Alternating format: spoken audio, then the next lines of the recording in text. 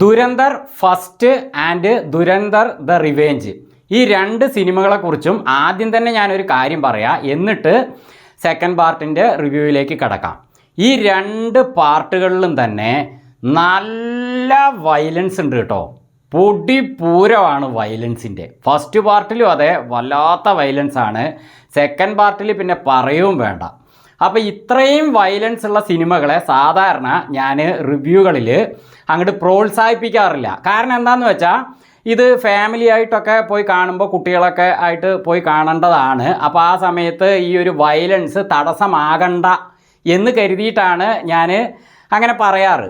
അപ്പോൾ അങ്ങനെയാണെങ്കിൽ ഇംഗ്ലീഷ് മൂവികളിലൊക്കെ ഇതിനേക്കാളും വയലൻസ് ഇല്ലേ?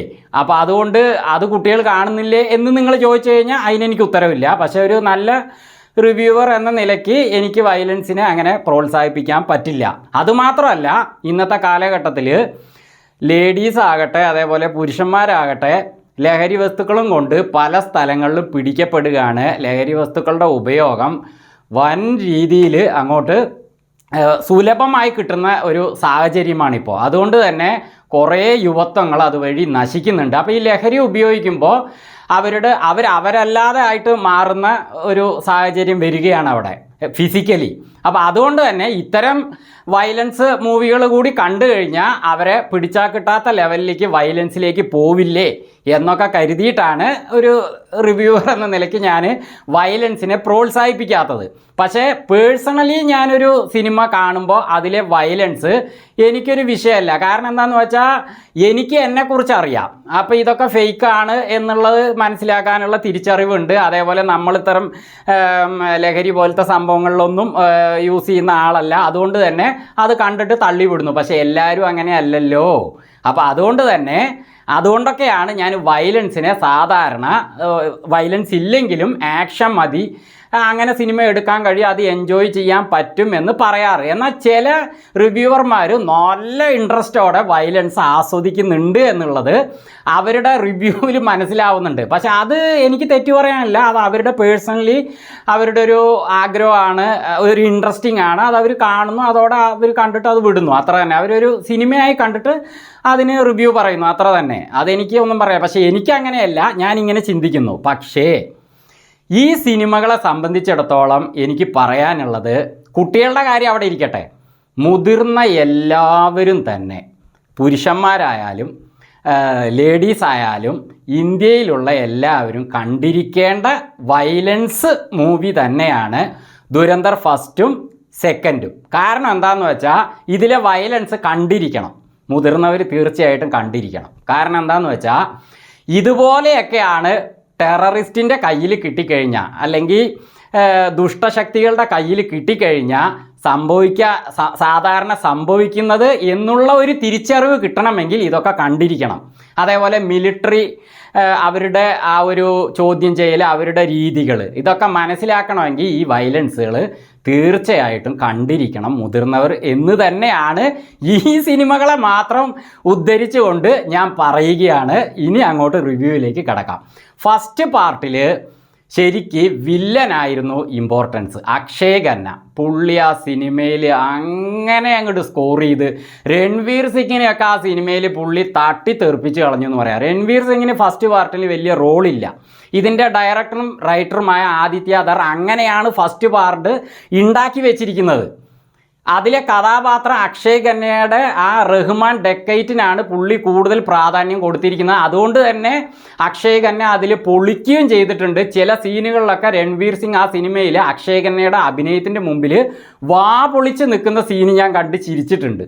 ഫസ്റ്റ് പാർട്ടിൽ ഒരു സീനിൽ പുള്ളി വാ പൊളിച്ച് നിൽക്കുകയാണ് പുള്ളിയുടെ അഭിനയത്തിന് മുമ്പിൽ. അങ്ങനെ ആയിരുന്നു. അപ്പോൾ സെക്കൻഡ് പാർട്ടിലും നമ്മുടെ അക്ഷയ് ഖന്ന ഉണ്ട് എന്ന് പറഞ്ഞപ്പോൾ വളരെയധികം എക്സ്പെക്റ്റേഷൻ എനിക്ക് ഈ സിനിമയിൽ ഉണ്ടായിരുന്നു കേട്ടോ. സെക്കൻഡിന് പോയി നോക്കുമ്പോൾ എവിടെ അക്ഷയ് ഖന്ന? ഇതിൽ വെറുതെ പറഞ്ഞതാണ്. പുള്ളി ഇതിൽ ഉണ്ട്. ഒരു സീനിൽ ഫ്ലാഷ് ബാക്ക് ആയിട്ട് മുഖം മാത്രം കാണിച്ചിട്ട് നിർത്തുകയാണ് ആ കഥാപാത്രം. അത്രയേ ഉള്ളൂ. പുള്ളി ഈ സിനിമയിൽ സത്യം പറഞ്ഞാൽ റഹ്മാൻ ഡെക്കൈറ്റ് എന്ന കഥാപാത്രമേ ഇല്ല.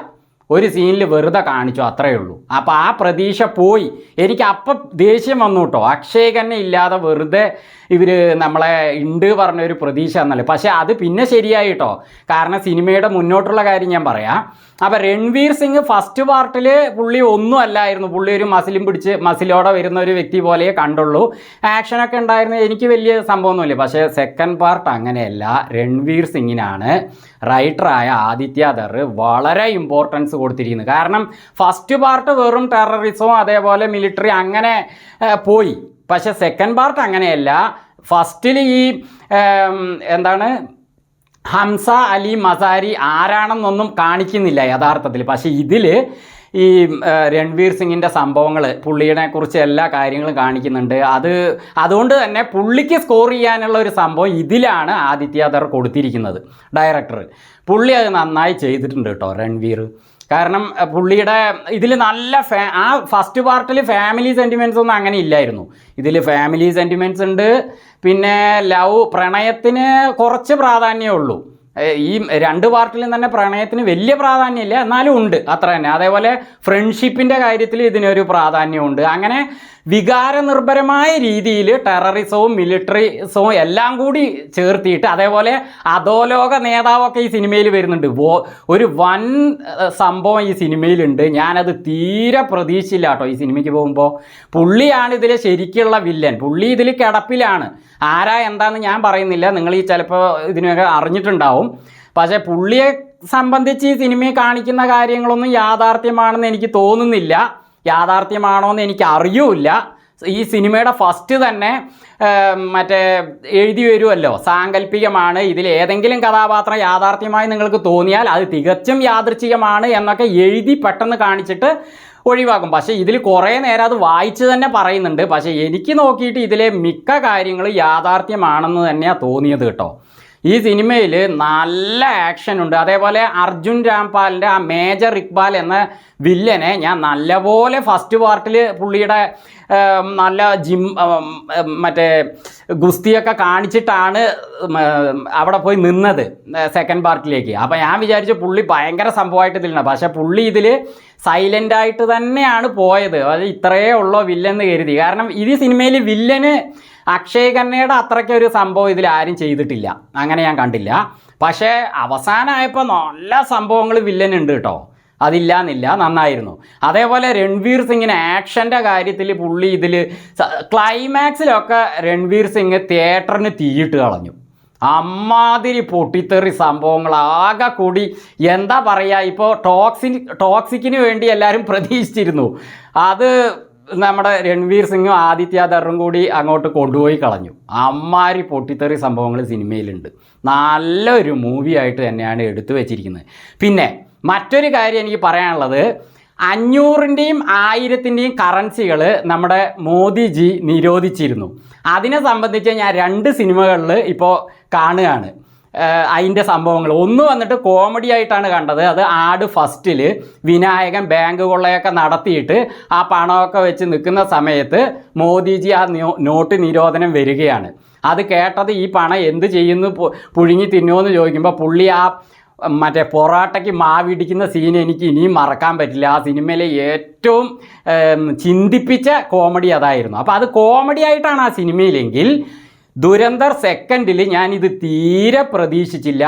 ഇത്രയും വലിയൊരു സീരിയസ് ആയ സംഭവം സീക്രട്ടായിട്ട് സംഭവിച്ചത് കൊണ്ടാണ് മോദിജി 1000ഉം 500ഉം കറൻസികളെ നിരോധിച്ചതെങ്കിൽ തീർച്ചയായിട്ടും നമ്മുടെ പ്രധാനമന്ത്രിയെ അഭിനന്ദിക്കാതിരിക്കാൻ വയ്യ കേട്ടോ. പുള്ളി ഈ സിനിമയിലൊരു ഹീറോ തന്നെയാണ്.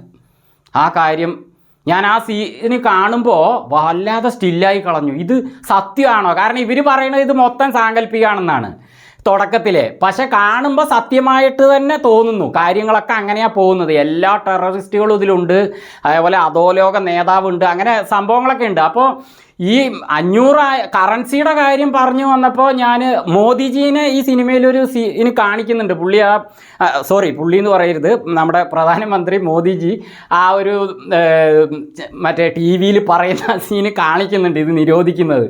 അപ്പോൾ അവിടെ പുള്ളി ഹീറോ ആയിട്ടാണ് നിൽക്കുന്നത്. മോദിജി ഹീറോ ആയിട്ടാണ് നിൽക്കുന്നത്. അപ്പോൾ അത് കണ്ടപ്പോൾ എനിക്ക് നല്ലൊരു ഇത് തോന്നി, സന്തോഷം തോന്നി. പക്ഷേ ഇത് യാഥാർത്ഥ്യമാണോ എന്ന് എനിക്കറിയില്ല കേട്ടോ.